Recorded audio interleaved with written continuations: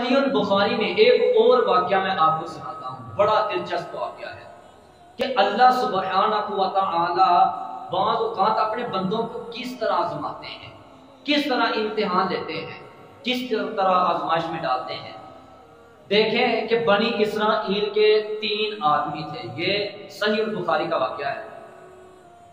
بنی اسرائیل کے 3 آدمی، ایک تو کوڑ کی بیماری اور دوسرا سر سے گنجا اور تیسرا آنکھوں سے اندھا تھا۔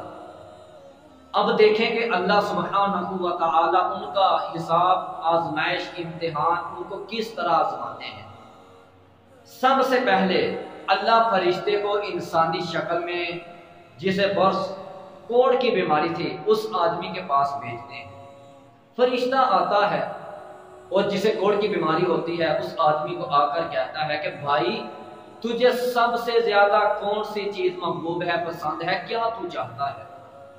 اب کوڑ کی بیماری والا کہتا ہے کہ میں چاہتا ہوں اچھا رنگ، خوبصورت جسم ہو، جس سے لوگ مجھ سے نفرت کرتے ہیں، جس کی وجہ سے لوگ مجھے برا جانتے ہیں، مجھ سے نفرت کرتے ہیں، وہ یہ کوڑ کی بیماری، اللہ مجھے شفا عطا کر دے۔ اب فرشتہ ہاتھ پھیرتا ہے، اللہ کے حکم سے اس کو شفا مل جاتی ہے، کمل صحت، شفا عطا فرما دیتے ہیں، وہ تندرست ہو جاتا ہے۔ فرشتہ دوسرا سوال اس سے کرتا ہے کہ تم کون سا مال پسند کرتا ہے؟ وہ کہنے لگا اونٹ چاہیے۔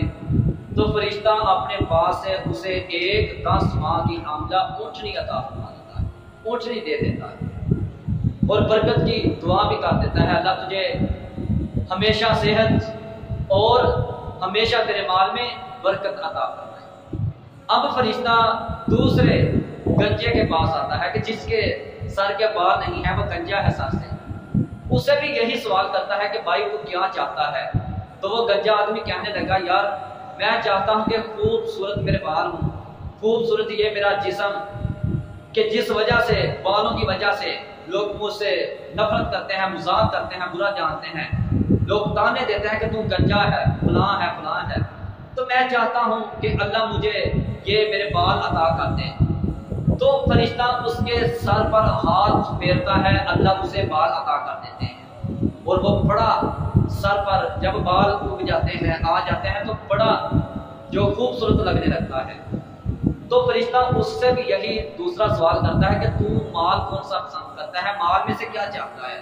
تو وہ کہنے لگا مجھے گائے چاہیے، مجھے گائے پسند ہے، گائے چاہیے۔ اب فرشتہ اسے ایک گائے عاملہ اسے عطا کر دیتے ہیں، فرشتہ اسے ایک گائے دے دیتا ہے اور اس کے لیے بھی برکت کی دعا کرتا ہے۔ اب یہی فرشتہ تیسرے آدمی کے پاس جاتا ہے کہ جو اندھا ہے، جو اپنی آنکھوں سے اندھا ہے، اس کو نظر نہیں آتا، اس کی بینائی نہیں ہے۔ تو فرشتہ اس سے بھی جا کے یہی سوال کرتا ہے کہ بھائی تو کیا چاہتا ہے؟ تو وہ کہنے لگا بڑا